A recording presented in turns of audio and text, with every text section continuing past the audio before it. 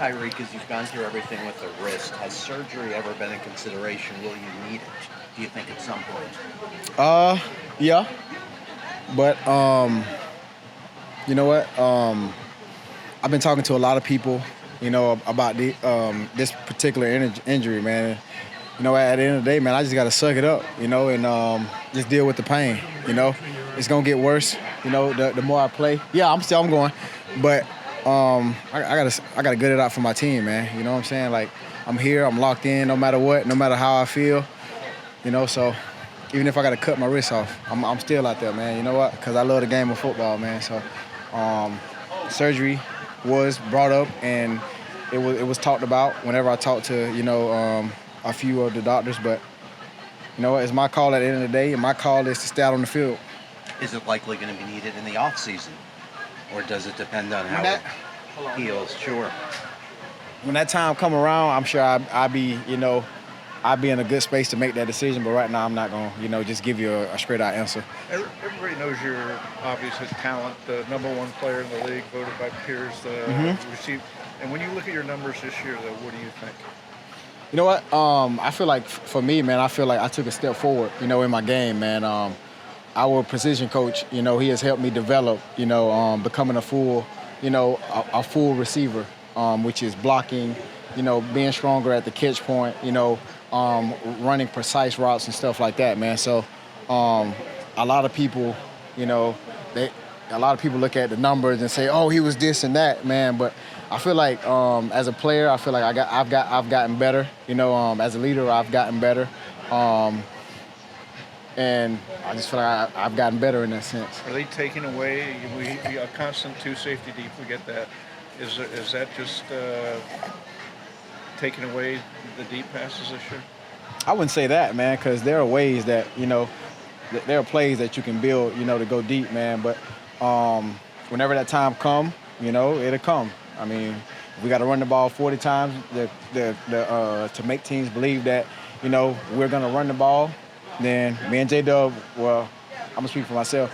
I'm going to block my tail off. What did that Jonnu Smith breaking tackles, getting down to the 1 yard line? What did that do for you? How'd you react to that? I was turned up, bro. Like, to see Jonnu, man, like, big playability, man. Like, that's something, like, we've been waiting on all year from Jonnu. He put it on tape with the Falcons. He put it on tape with the Titans. And for him to be able to, continue to make plays in this league like that, running through linebackers is impressive, man, for a guy his size, man. So I told him, I said, look, man, you got to find a way next time, man, because you gave me the touchdown. I appreciate it, though. To get the story straight with the injury from the beginning, what was the original injury going back to the preseason? It was just like a small little wrist injury, man, so nothing too crazy.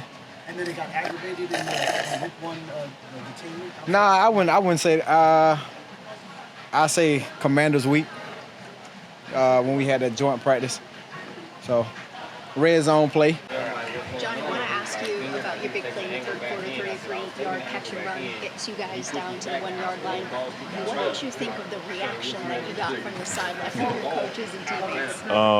It was always good to, have that camaraderie behind you, that support behind you, you know what I mean? When any of us make big plays, we always want to rally behind it, especially when you're on the road. So to get that momentum going and, for that to follow up, for a touchdown to follow up after that, that was big for us, and we came out with the win on top. How much pride do you take in playing tough, breaking tackles, doing whatever you need to do to get the job done? It's a physical sport, so if you want to make big plays, it's a certain level of physicality that you got to possess, and I understand that part. So. Tyreek, by the way, Tyreek said thank you, but that you need to get in there now. Yeah, I got to find a way to get in there. Yeah, he definitely should be thanking me. You know what I mean? But I got to find a way to get in there. I'm just glad we came out with a touchdown on that drive. You know what I mean? That's all that mattered to me. Whoever got it. How do you guys keep the momentum up for the Raiders on Sunday? Just continue to keep doing what we're doing, man. I'll say this, like, I understand the beginning of the season for us has not been what we expected, but obviously a lot of people expected. But we never wavered. Like, the way we come in and our intent towards work, it never changed. Like, nothing changed last week from the week. It just, unfortunately, hasn't been going our way. And we're just staying the course, keep chopping wood, and just try to get this thing going in the right direction. There's been no. I'm sorry, Samantha. There's been no tight end better than you, obviously, in Yak these last 4 years. How much of that part of your game do you take pride in? You said the last 4 years? 5 years. Who's the 6 fifth? years. 6? I've seen some. I'm gonna keep going. I've seen some from I'm gonna keep 2019, some from 2018. Nah, man. I'm just I mean, I don't even know what stat it is, but I would like to see it though. Yeah, like I said, man, it's just a certain level of physicality that you got to have when you're running that ball, and you got to become a running back with the ball in your hands. You know what I mean? And as a ball carrier, whether you're a receiver, a tight end, quarterback, running back, you know what I mean? To make big plays in this league, it's a mindset. So, that's just the element that I try to bring to this team and to help us be in a better situation.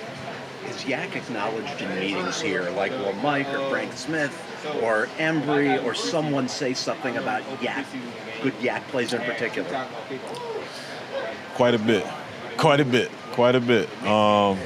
That's definitely a point of emphasis. We know who we have in this offense. We know the ability that we got. So there's a certain standard and level of expectation that is demanded from us that probably wouldn't be demanded from other players. Embry said a few things, but you probably can't repeat them. What do you say? On the sideline. Oh, on the sideline. Oh, yeah, Embo, man. That's my guy, man. That's my guy. He definitely. I didn't see it, but I heard all about his reaction from the sideline. They said he had like a mini heart attack after the play, man. So, like I said, man, just to get that morale going, just to get that energy up. It's definitely big for the team. No matter who, it could be anybody's play. We need more plays like that down the stretch, and we'll be in good position. Jonnu, with respect to vets like you and Durham, what responsibility do you feel when a veteran or new player is brought into your room? Like Jack Stoll, do you and Durham say, text me if you have any questions? Yeah, absolutely. I mean, that comes with the territory. You know what I mean? You got to make yourself available to guys that you may have more experience than, and it's an honor to be in the position that I am, man, and I wear it proudly. And I've always since my years been getting up there in the league.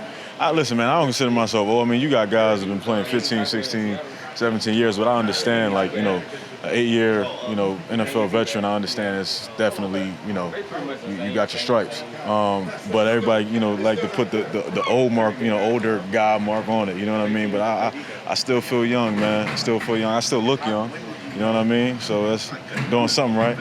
But you just got to make yourself available, man, and just be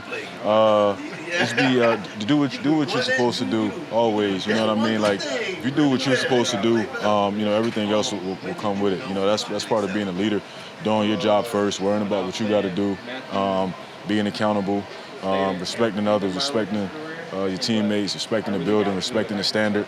And, you got to make plays. And, you don't get this far in the league without doing that. So just try to continue to pass along that message to every guy that's younger than me. I felt like, my preparation and just the dedication I put into this game, I expected to do well, and I think if I can't go out there and dominate, I don't think I'm a player anymore. I want to play at an elite level, and so I definitely put the time and effort to do that. So it feels good to be able to do it, and other people recognize it's nice too, but at the end of the day, it's got to carry over to winning ball games. Calais, during the broadcast on Monday, I think from their production meeting, either Joe Buck or Troy Aikman said that you mentioned you're treating this year like your last. Do you think this year could be your last? You've played so well. Do you think you want to squeeze another year or two out of yourself? Yeah, I've always been in the mindset of leave everything on the field, burn rubber, and just go as hard as I can go. And then when the offseason comes, I'll figure out next year when that comes. And that's how it's been the last, last few years. So, next year doesn't even exist to me right now. I'm playing this year as if it's my last, and I'm trying to do everything I can to empty the tank and to give the game my all. And if the offseason comes around and I feel good still, then we'll figure it out then. Can you think of one thing that Coach Anthony Weaver says or does in his approach that is a little bit unique? I don't know. I think having like a player experience. Like he played 8 years in the league. I think that helps him a little bit, just being relatable, and communicating to the guys. And I think he has a good balance of showing love and then kind of being hard on guys and just trying to find that balance of of encouragement and then accountability. But he does a great job. He's a phenomenal coach. Great leader, and I think his passion for the game and his desire to win is what separates him. Which I think everybody that does anything wants that. But he just does it at an elite level. He'll be a head coach. Oh yeah, without a doubt, in my mind. Very soon, and I think he'll be a great head coach. Calais, is there ever a moment on the sideline for you guys where you guys are just chilling without talking to each other, just relaxing? Because I haven't seen it yet. Yeah, that's not really football. We're relaxing in the off season and maybe on the day off.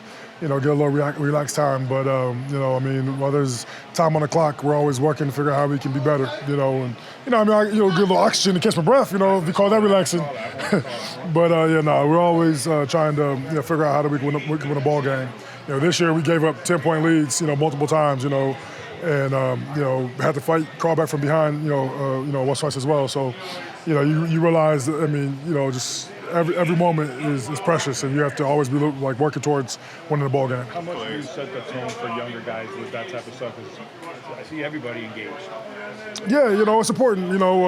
That's part of my role, is to set the tone and be an example for the young guys and a mentorship role and just making sure I communicate to them what it takes to be successful and be a pro.